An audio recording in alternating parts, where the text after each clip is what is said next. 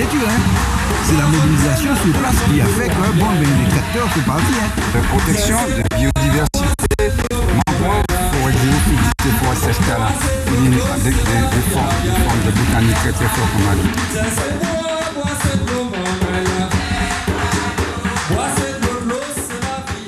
Bonjour tout le monde, c'est Fanny Wa avec vous pour un semaine et puis la Sopama. On remercie bien sûr Zouk TV de nous recevoir sur le plateau ainsi que les techniciens. Donc aujourd'hui, comme j'avais dit la semaine dernière, nous parlerons des événements de décembre 59 et nous avons sur le plateau Monsieur Louis-Georges Placide qui est historien et qui était aussi enseignant. Bonsoir Monsieur Placide. Bonsoir cher ami. Donc vous étiez enseignant de quelle matière? J'ai d'abord enseigné juste les lettres, le français si vous préférez, puis j'ai enseigné lettres-histoire. Lettres-histoire, ok, d'accord, merci. Et donc aujourd'hui nous allons parler justement de décembre 59 parce qu'il y a eu justement jeudi dernier un hommage qui a été rendu pour les victimes, les 3 victimes de ce triste événement qui s'est déroulé entre le 21, le 21, 22, 23, voilà, décembre 59.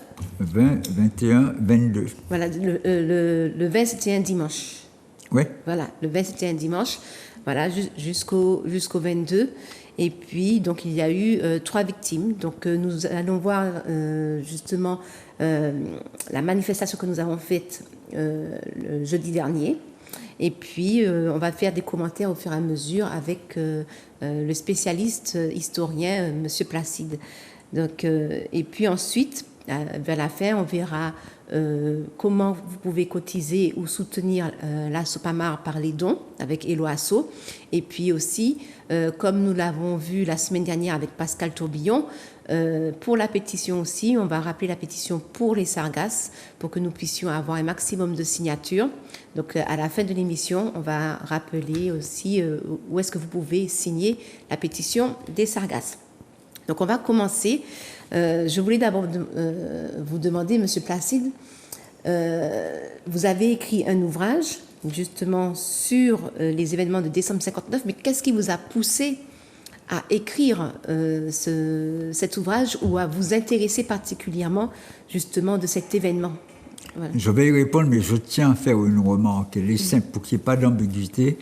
J'ai des sympathies pour la cause de la Sopamar, mais je n'en fais pas partie. D'autre part, vous me présentez comme historien, je préfère dire que je suis historien de décembre 59.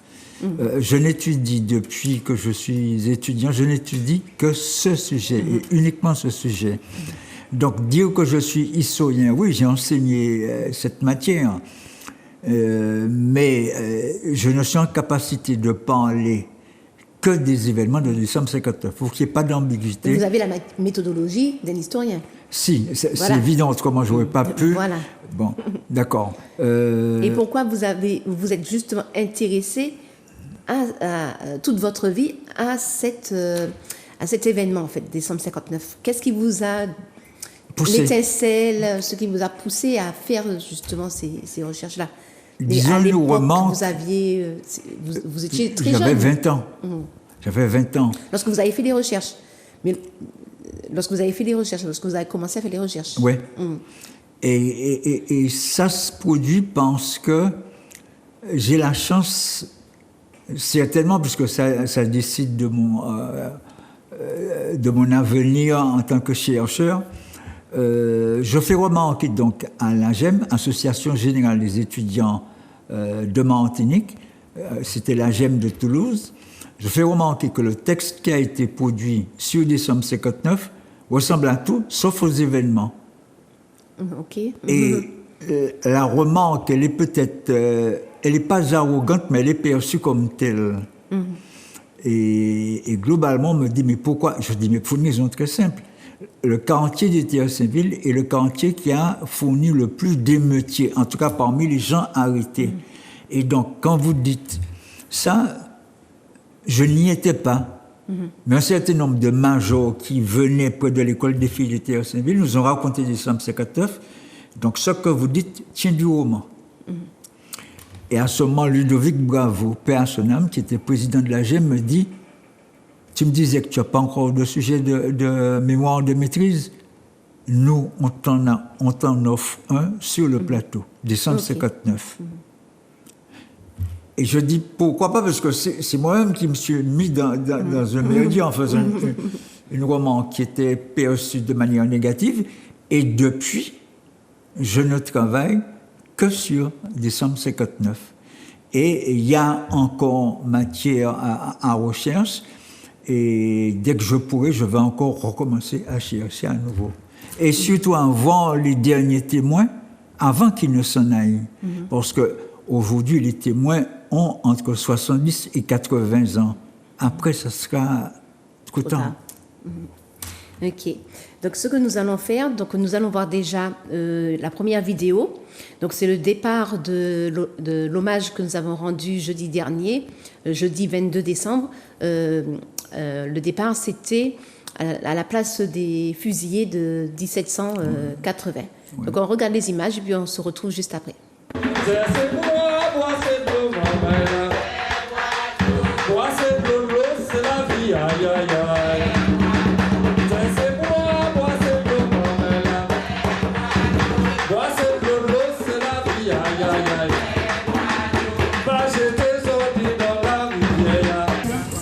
Nous sommes ici à l'esplanade des fusillés de 1870 et nous avons tenu à démarrer ici parce que pour nous c'est un lieu symbolique et ce que nous devons faire et ce que nous cherchons à faire, c'est faire en sorte qu'effectivement, que notre histoire et notre mémoire ne tombent pas dans l'oubli. C'est très important. Les grands événements comme celui-ci doivent être marqués chaque année. Et dans notre agenda, nous devons avoir des décembre 59 comme grand événement de l'histoire de Martinique. Et quand il s'agit d'un grand événement, ça veut dire qu'effectivement, les Martiniquais doivent se saisir de leur part d'histoire et ne pas avoir honte. Et ça, c'est très important. Et donc, aujourd'hui, 22 décembre, le mouvement international pour les réparations, le comité international, le comité national des réparations et AOP, Alliance ouvrière et paysanne, ont tenu à être présents ici à l'esplanade des fusillés de 1870. Et donc nous irons avec l'honorable historien Louis-Georges Placide,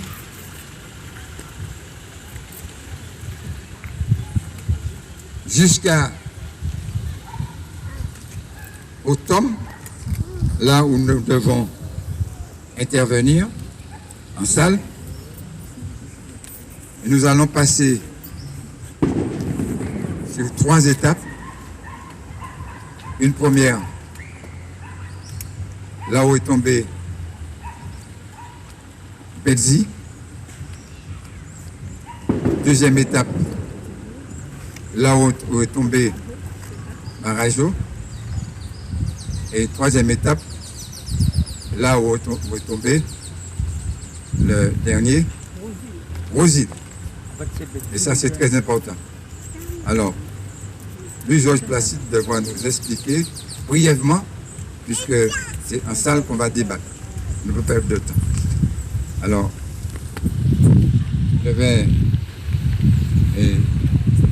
demander à ce que l'on parte avec la représentante de l'AOP, la représentante du CNR, sans plus tarder, Et on va descendre. Non, on va descendre. On va descendre, Miriam. On va descendre. On va prendre la parole plus tard.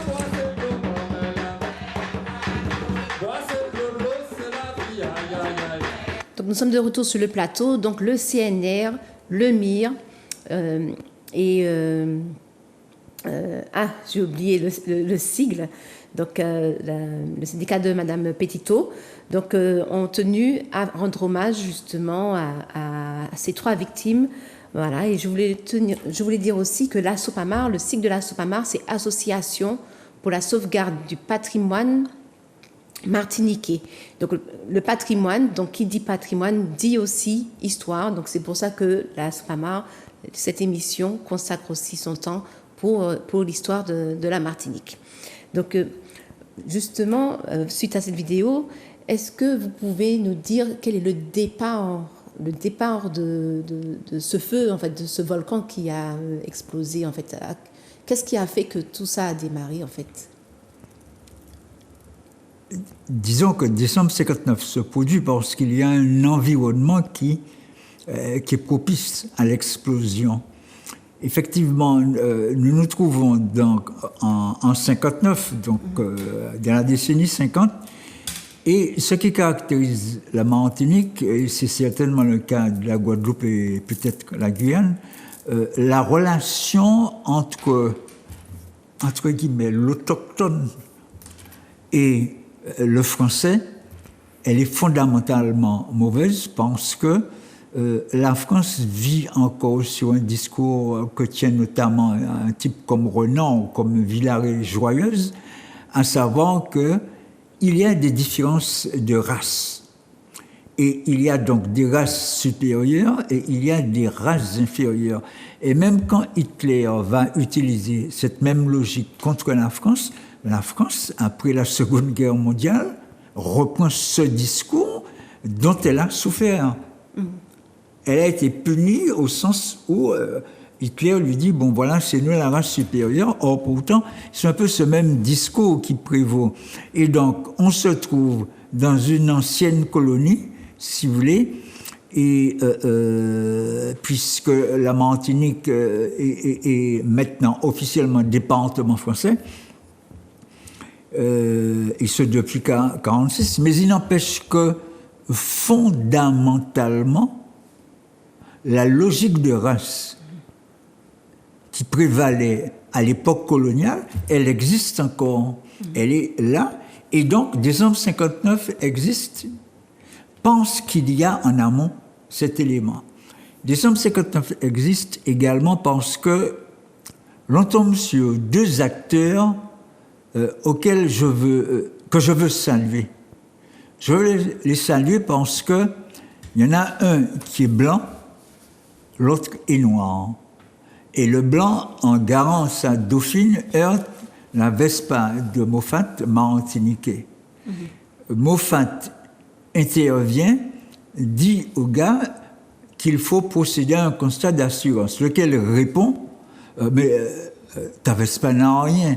Sauf qu'il y a un culte de la Vespa. C'est l'objet que, à l'époque où je vivais au Théâtre-Ville, chacun bichonnait sa Vespa, c'est l'objet de luxe.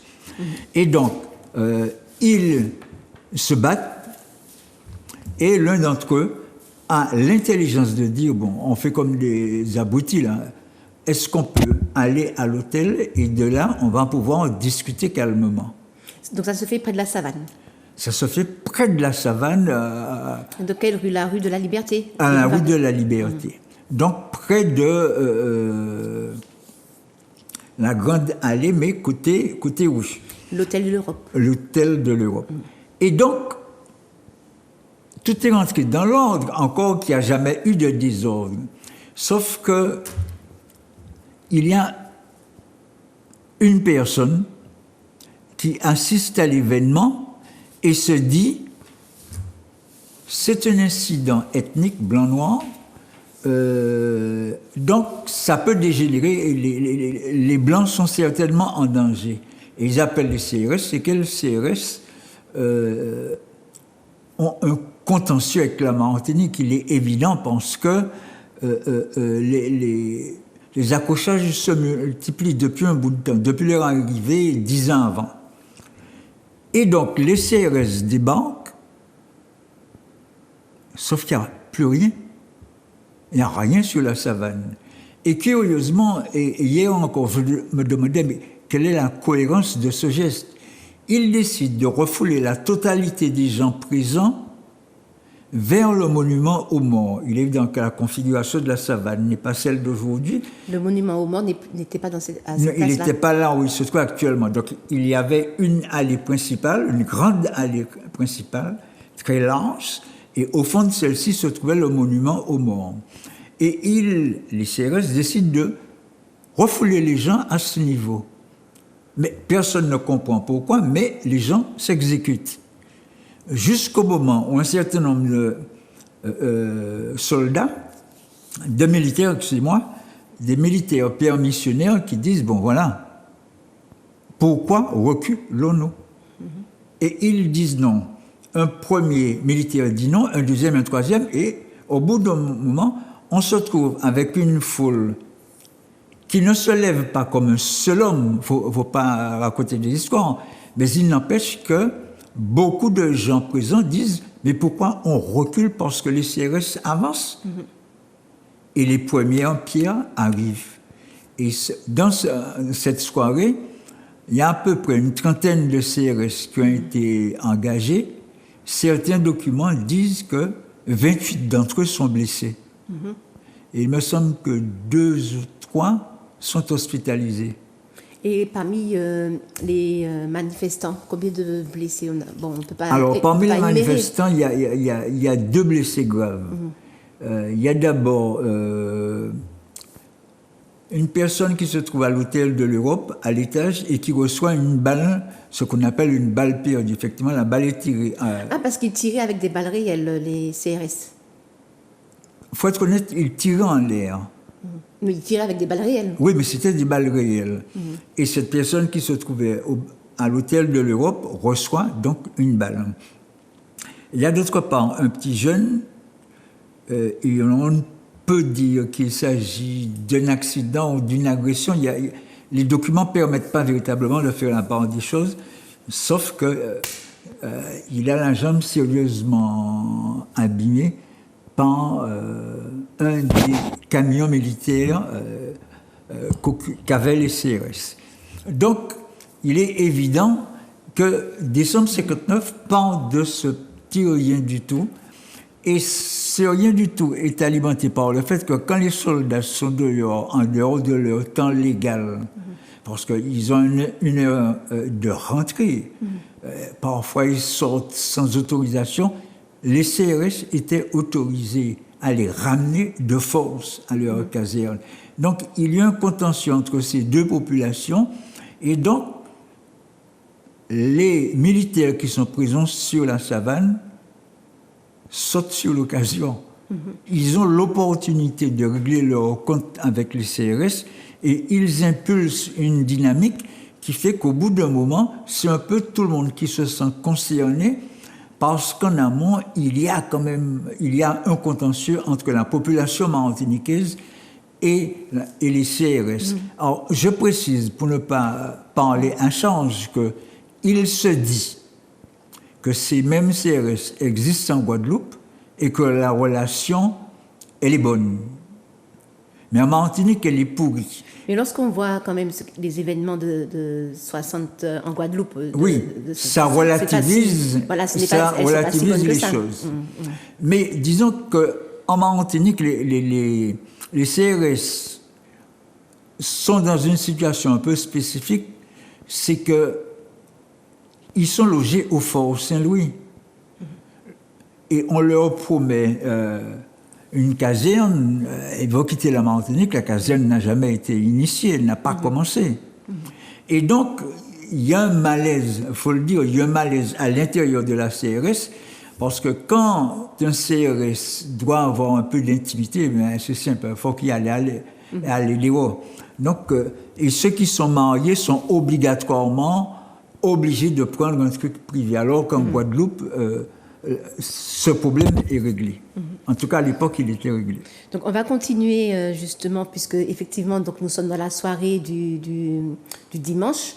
Et donc les manifestations vont continuer jusqu'au lendemain, en fait le lundi. Et donc là, il va arriver un événement. Donc on va voir la vidéo et puis on se retrouve juste après. D'accord.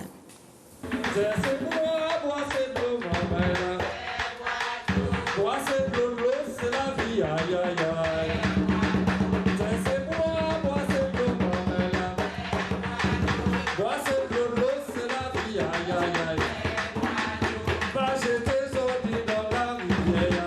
Et voilà. Oui. Bon, alors, là, nous ici, hein, en la Rita, en langue tala, teni Ani Charicot en langue côté, et c'est là que ça qui bonhomme langue. Et Marajo, c'est lui, il y a plus chercher à comprendre pour qui. Parce que fondamentalement, il n'y a pas à comprendre pour qui il vient, et d'autre part, pour qui il est mort, et en plus, il y a tué à bout portant. Mieux, il y a tué à bout touchant. C'est-à-dire que c'est encore plus près qui portant. Alors, au départ, Marajo a fait basketball et puis camarade lui en l'air la française. La française, c'est globalement le fond de mer. Voilà, c'est côté par là. Et après, il a parti puis des camarades, des grands hommes, je dis jour, qui après plus de 12 ans acceptaient de témoigner. Donc, il y a qui pleuré les qui racontent ça. Donc, il y a remonté, et là, il a croisé la Rita là.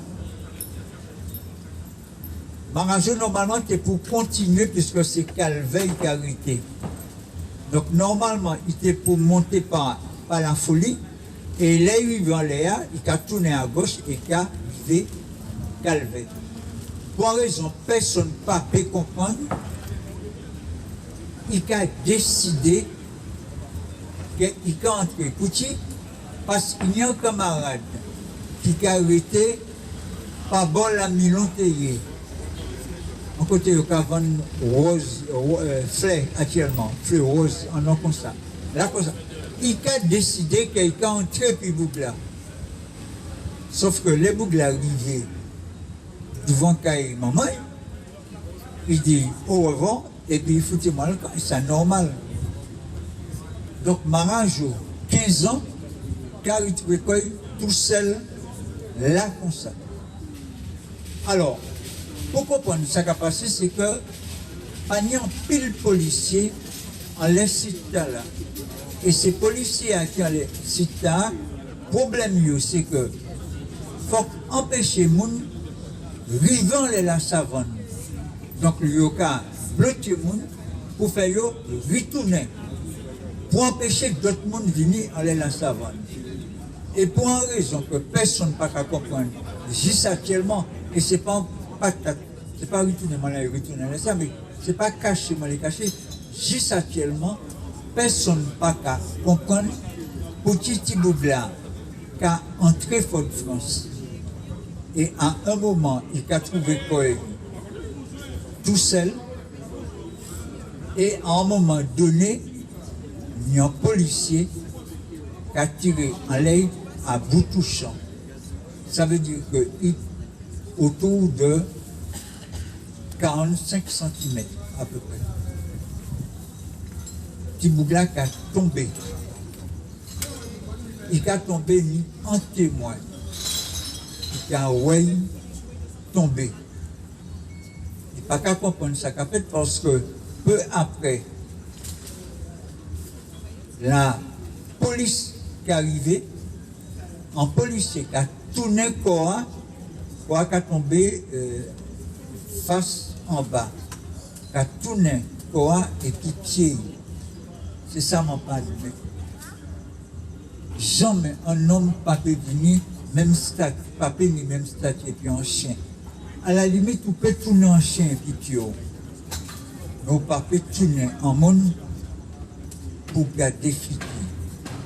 Nous avons tourné, petit bonhomme là, yon dit nous avons tourné, et piqué, et nous avons parti. Policiers, qu'on nous met, pour répéter ça au fini. Et ça, c'est un bail qui est intolérable. Et c'est pour ça que, quel que soit mon nom qui dit moi, qu'il n'y a un mot pour dire moi, le décembre 59, même s'il a Dominique, je prends avion, je peux écouter.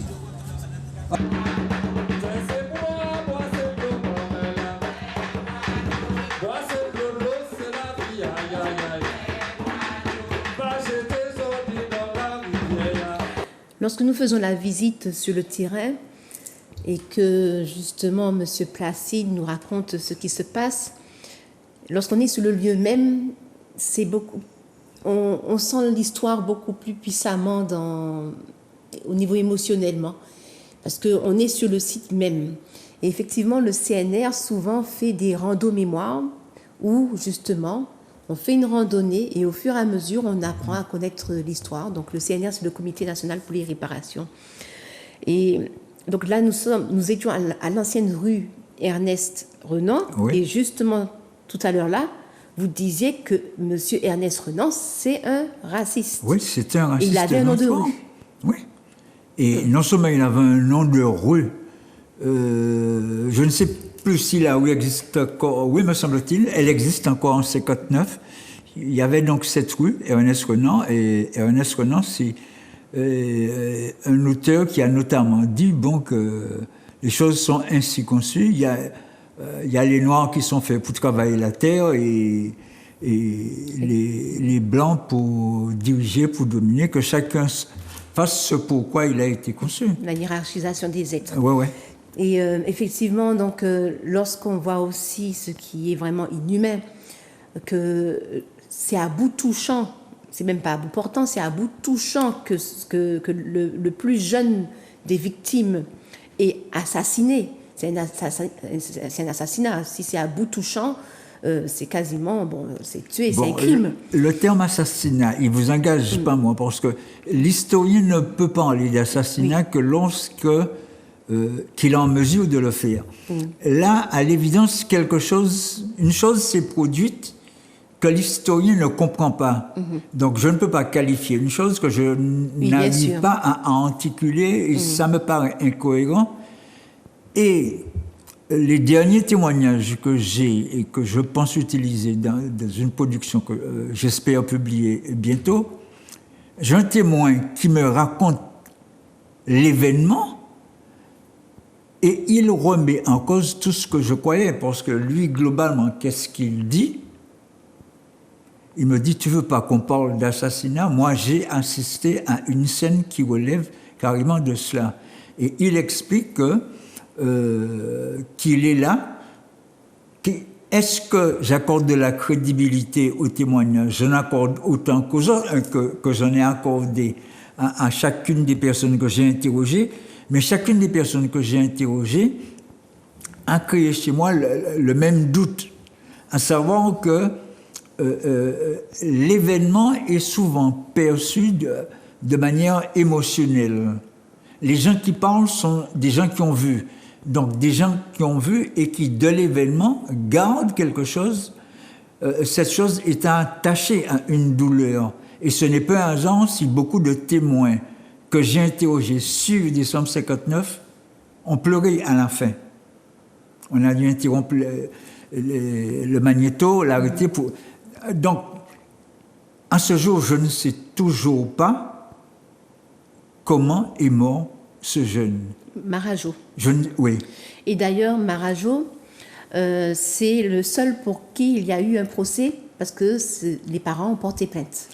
Si les parents ont socialement été en capacité de porter plainte, et ils l'ont fait, et donc, de ce fait,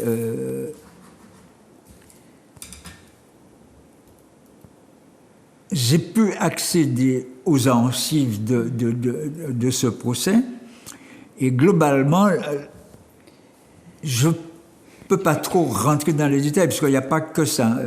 De manière spécifique, je vais voir les choses après, mais globalement, la thèse qui est défendue lors de ce procès, c'est que Marajo, globalement, faisait partie d'un groupe d'émeutiers et que le policier en question voulait rechanger son arme, qu'il a levé. C'est un accident, c'est la thèse de l'accident complet. Mais à bout touchant. C'est la thèse de l'accident et c'est simplement que, bon, voilà, il était dans un groupe d'émeutiers. Mais il sortait du basket. Mais non, mais attendez, il y a un truc qui ne va pas. Il y a un truc qui 15 va pas. ans, Mais il non, sort mais du basket. même s'il avait 2 ans, ça ne changeait rien. Même s'il avait 50 bien ans, sûr, ça ne il y avait changeait logique. rien. Comment Marajo peut être dans un groupe de manifestants alors que c'est la mort de Marajo qui provoque l'émeute? C'est parce que les jeunes sont tués qu'il y a eu une émeute. Or, la thèse du procès, c'est que... Parce qu'il n'y avait pas de manifestation le lundi, la journée. C'était juste le dimanche soir, et puis ça avait repris le calme le lundi matin. Disons que il y ce avait qui se l'attention. passe, c'est que les choses reprennent le lundi. Les choses reprennent, les gens descendent sur la savane et la police et la gendarmerie interviennent en binôme. Ils interviennent notamment devant la rue qui passe au niveau de l'Olympia. Ils interviennent... C'est là où il y avait le Snack Élysée. En fait, Oui, oui. Voilà. Donc, ils interviennent... C'était un cinéma. Ouais. Ils interviennent d'autre part sur la savane. Et exactement comme l'ont fait les CRS la veille, dès qu'ils arrivent, ils tirent en l'air. Bon. Et donc, à partir de là, à partir de ces coups de feu, chacun se positionne comme il veut et une partie des gens vont vers le centre-ville. Bon, ils ne veulent plus se trouver dans ces bagarres, ils s'en vont. Et une fois que les événements ont commencé, un certain nombre de personnes, au contraire, disent « Je veux, il y a des coups de feu, je veux venir en voir ». Bon. Donc, il y a 2 mouvements contraires, et donc, au centre-ville, là où meurt Christian Marajo, il y a des gens qui reviennent de la savane, mais il y a des gens qui veulent également aller sur la savane. Donc, le geste qui amène à la mort de Christian Marajo est complexe et très difficile à traiter parce que l'on se trouve face à 2 populations, une qui entre, une autre qui sort. Mais une chose est certaine, c'est que ce gamin de 12 ans... 15 12 ans J'ai dit 12 ans, non, Marajo a 15 ans. Ce gamin de 15 ans, non, c'est la photo de lui qu'on diffuse. Il avait 12 ans. Il a 12 ans. C'est une photo où il a à peu près 12 ans. Et j'ai souligné que le symbole des 3 victimes, c'est un gamin de 12 ans, parce que c'est sa photo d'identité. Or, il était à l'époque au cours Thiers-Saint-Ville, au cours complémentaire. Je ne sais pas quel est le nom précis, mais je pense que c'est une photo où il avait 12 ans. Mais revenons à l'essentiel. Donc, il est évident que les choses sont complexes et à ce jour, il est difficile de dire comment il est tué. Mais l'on peut dire, on sait qui l'a tué pour une raison très simple, c'est qu'il y a eu un procès. Bien évidemment, les documents du procès ne donnent pas le nom du policier qui tire. Il a été condamné? Non, pense que c'est juste un accident, que c'est en voulant recharger son arme, je n'ai pas le détail des choses, mais il n'a pas été condamné. On considère que c'est suite à un accident et que le jeune de 15 ans se trouvait dans une manif. Une manif qui ne peut pas déjà exister, Puisqu'elle va venir après. elle est consécutive à la mort de Marajo. Donc, il y a eu aussi, donc on va continuer avec la prochaine vidéo, parce qu'il y a aussi deuxième décès dans la même nuit, c'est bien ça. Mais de manière presque simultanée, au point que personne ne peut dire qui meurt le premier. Ok. Bien, on regarde la vidéo et on se retrouve juste après.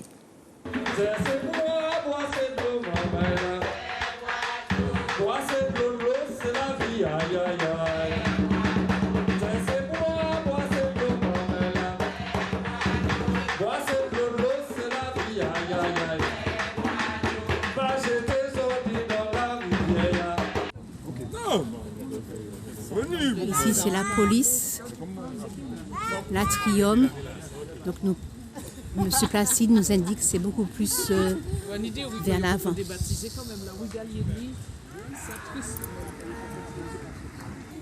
Nous sommes ici sur la rue de Redoute du Matouba.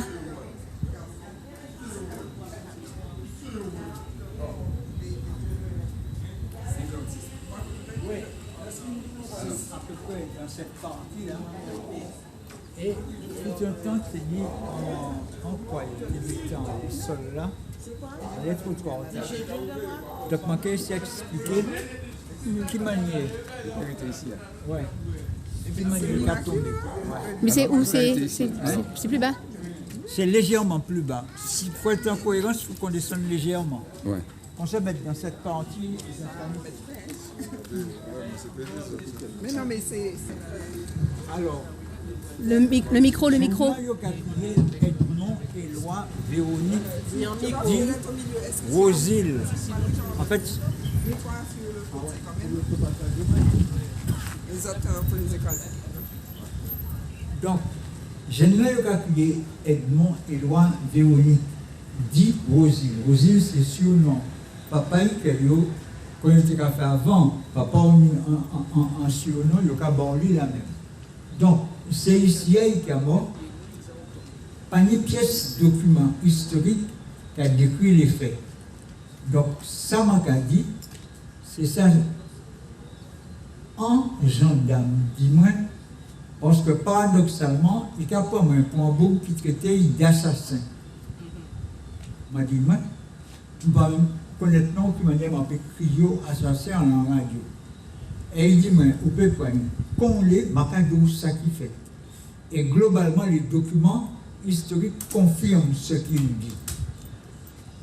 Policiers et gendarmes, donc le deuxième jour, le lundi 21 décembre, viennent sur cette partie. Inutile de dire que ces policiers et ces gendarmes-là, ils ont caillassé qu'on s'en fait.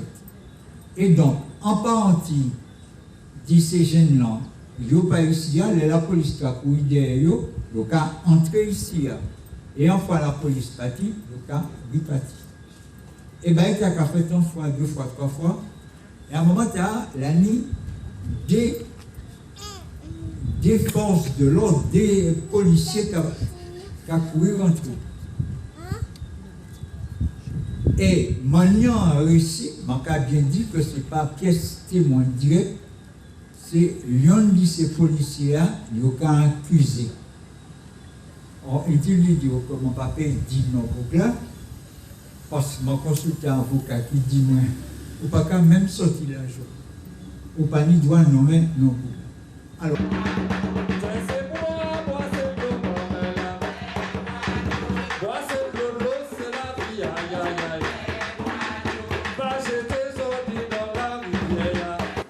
Donc le jeune homme qui est mort justement à l'endroit où nous étions avait 19 ans. Et donc il est mort d'un coup de fusil, encore une fois. En fait, lui aussi. C'est bien ça. Si, il y a eu un lapsus, j'ai dit que c'est un gendarme qui m'a dit. Non, c'est pas un gendarme, il s'agit d'un policier. Un des deux acteurs, gendarme policier. Gendarme, c'est le CRS. Le gendarme, c'est la gendarmerie est principalement composée de gendarmes qui viennent de France, en tout cas à l'époque. Et je pense qu'il ne doit pas y avoir des masses de gendarmes noirs à l'époque. C'est une force, entre guillemets, blanche qui vient de France et qui est en Martinique depuis un paquet de temps. Et les policiers sont martiniquais et Les guadeloupéens. policiers sont principalement martiniquais. On peut trouver en tête de direction, il y a certainement un Français, mais globalement, les policiers, en 59, sont martiniquais. Ok. Donc, ils sont noirs. Bon. Donc là, il a eu un coup de fusil aux îles. Oui. Donc, je dis bien que c'est un policier qui, me prenant pour quelqu'un qui, sur les ondes, l'a traité d'assassin, me raconte les faits. Donc, je n'ai aucune garantie quant au discours qu'il a tenu, mais globalement, ce qu'il dit, il m'explique que les policiers et les gendarmes foncent sur le boulevard qui correspond à l'Olympia. Je ne sais pas pourquoi j'ai un trou de mémoire. Je ne connais pas le nom de la rue. Bon, je n'ai pas le nom en tête. Et donc, ça se fait seul. Et à la fin, il y a une dernière attaque et il n'y a que 2 personnes à y aller. Le patron du groupe et le policier en question qui me raconte l'histoire. D'après sa version,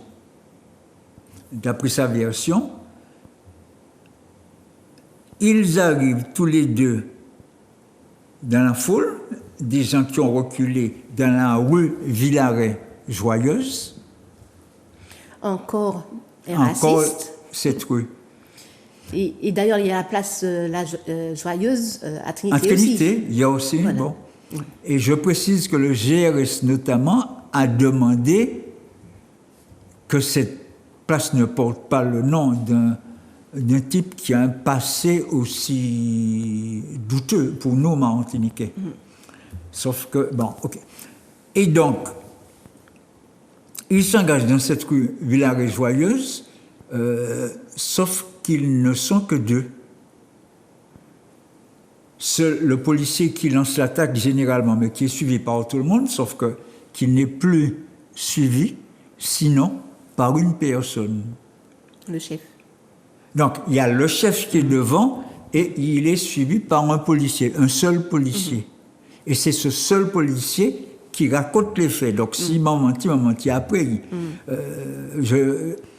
Je n'ai pas d'autre récit à donner. C'est un récit qui m'est donné par un policier. Et il explique que, bon, voilà, le responsable du groupe tire en l'air. Bien évidemment, personne ne bouge, puisqu'il est seul et il y a autour de lui une foule d'émeutiers. Donc à ce moment, il baisse son arme et il tire à nouveau. Et est-ce qu'il a été condamné? Il n'est même pas passé en procès. Officiellement, l'histoire, parce qu'un policier a accepté de parler, va retenir ce qu'elle doit retenir, mais officiellement, cette histoire ne s'est pas produite comme ça. Il y a juste un policier qui me dit, voilà ce qui s'est passé. Ça semble cohérent. Et effectivement, quand je commence mes études sur décembre 59, ce qui me frappe, c'est que pour un même décès, celui de Rosile, on nommait 2 personnes. Et je me disais, mais c'est quoi ce Willy? Pourquoi il y aurait 2 policiers et dès lors que ce policier me raconte cette histoire parce qu'il me prend pour quelqu'un qui l'a injurié sur les zones, ça me semble cohérent. Mais je dis que rien ne me permet de dire que les choses se sont produites ainsi. Mais il n'y a pas de témoignage de ceux qui sont dits émeutiers? Le type qui est supposé avoir tiré, c'est un gradé. Non, mais il n'est pas mis ceux qui Les sont gens- dits on- émeutiers. Il n'y a pas eu On de parle témoignage. pour Maranjo, on parle pour Betzi. Je n'ai jamais rencontré un témoin Pour- en dehors de ce policier. Personne. Je suis sur cet événement depuis 69. En dehors de ce policier, je n'ai jamais trouvé un témoin qui accepte franchement de dire ce qu'il a vu en tant qu'émeutier. Ok. Donc, on constate que les gendarmes sont armés, balles réelles. Les policiers aussi sont armés, À balles réelles. Voilà. Donc, on va regarder la 4e vidéo et puis on se retrouve juste après sur le plateau.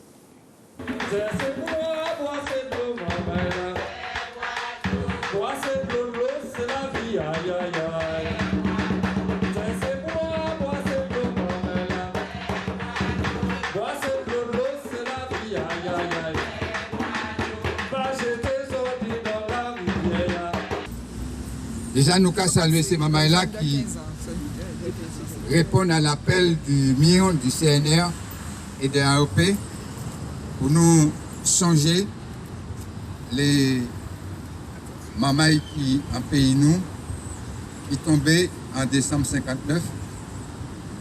Et à partir de là, effectivement, l'histoire Martinique reprend ballon et historien qui a parlé nous dit ça tout à l'heure au tombe. Alors, ici à là, et ces derniers mamans-là qui tombaient ici. D'après historien, dernier mamans-là qui tombaient ici, il tombait le mardi. D'après.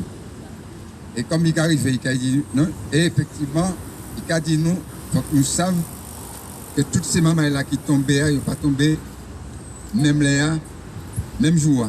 Il y a 2 qui tombaient même jour et il y a une qui tombait le lendemain. Salut. Ça, c'est que nous sommes pour ces 2 premiers, Maranjo et Pirozil, nous sommes sacrifiés parce qu'il y a une enquête qui fait. Les parents aux îles, les parents Maranjo portent plainte, il y a un procès qui fait. Donc, ces historiens savent pour ces 2 premiers. Au dernier, c'est plus complexe. C'est témoin qui a dit que c'est un gendarme qui a pris nous avons qui a tiré en l'air.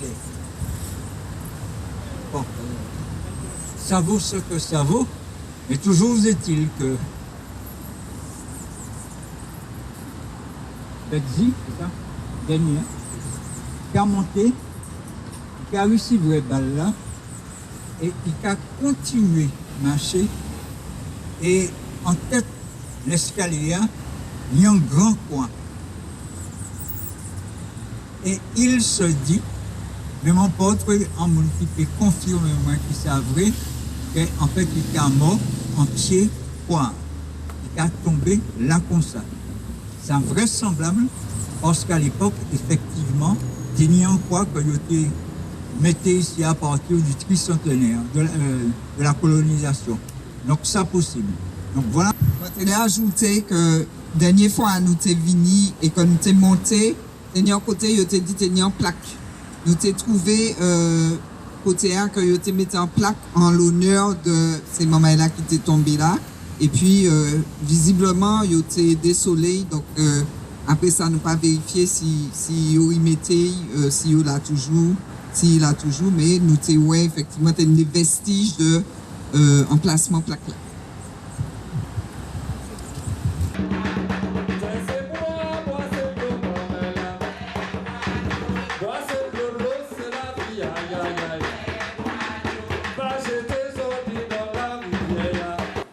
Alors, Julien Betzi, il avait 20 ans.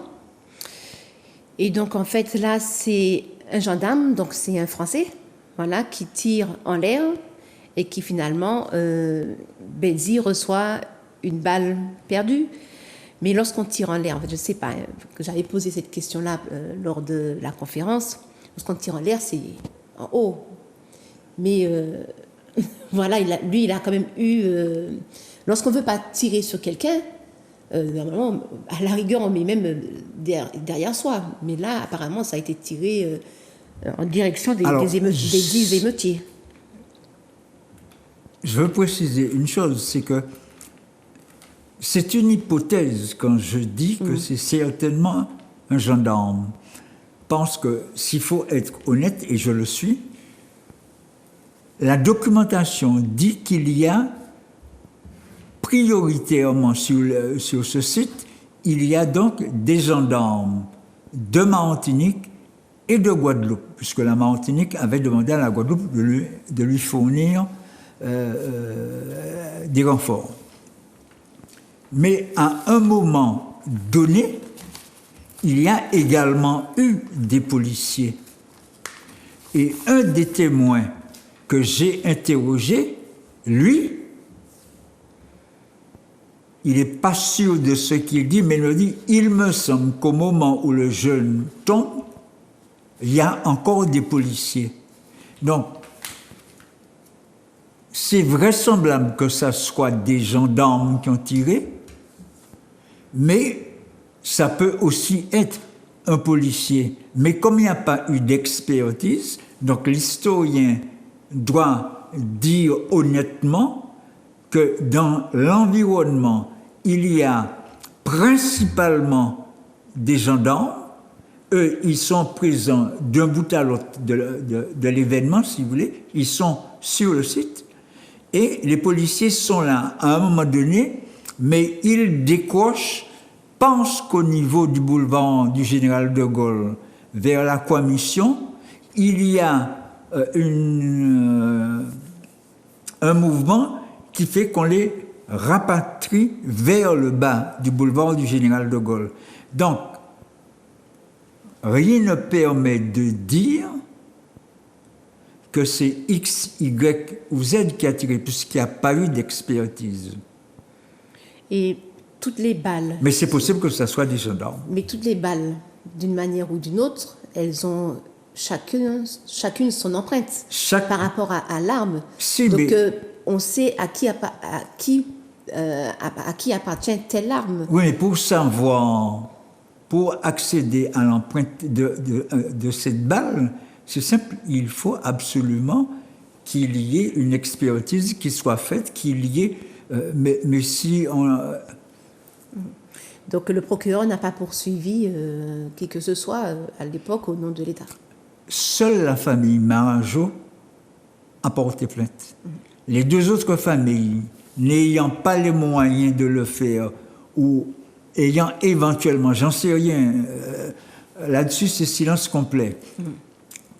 Ont-elles subi des pressions? J'en sais rien du tout, mais seule la famille Marangeau a porté plainte.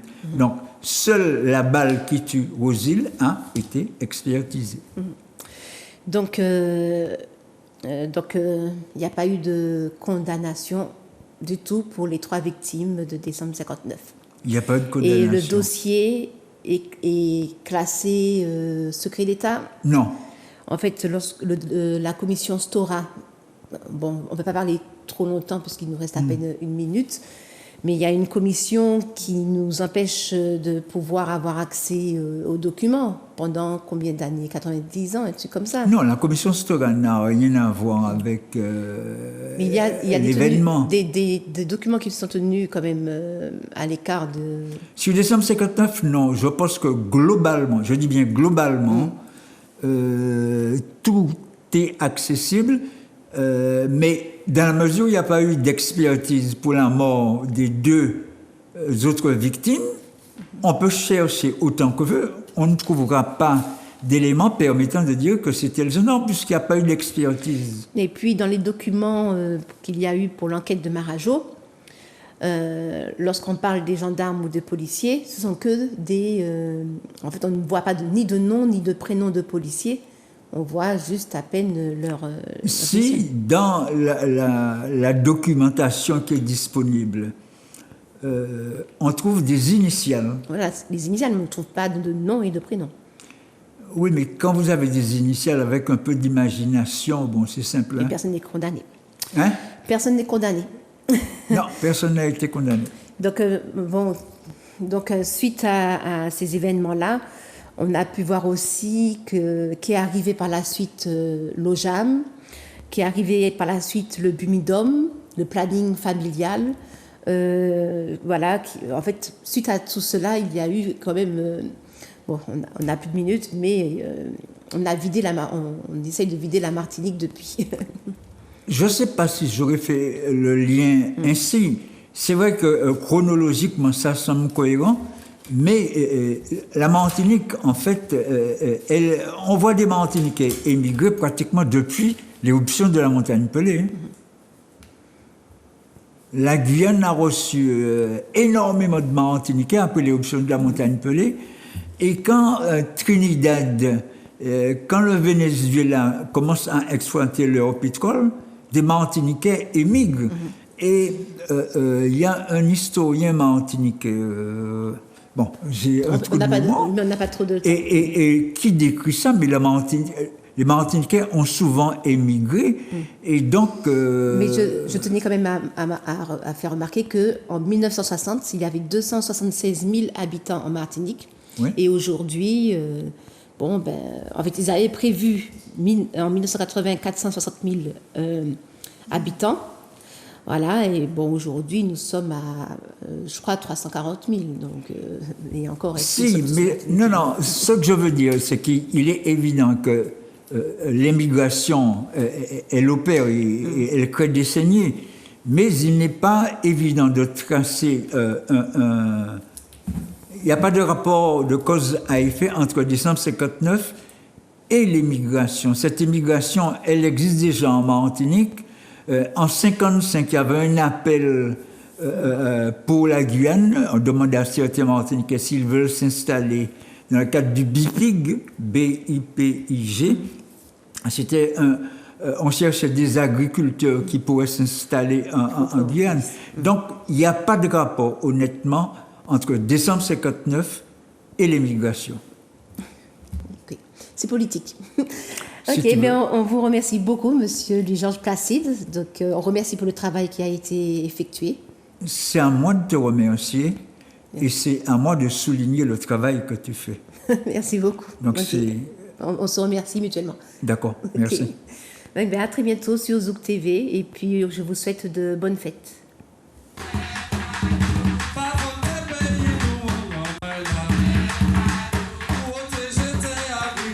Qui a commencé à détruire. C'est la mobilisation sur place qui a fait que les capteurs sont partis. De protection, de biodiversité, mangrove, forêt géophysique, forêt sèche, des formes de botanique très très fortes, on a dit.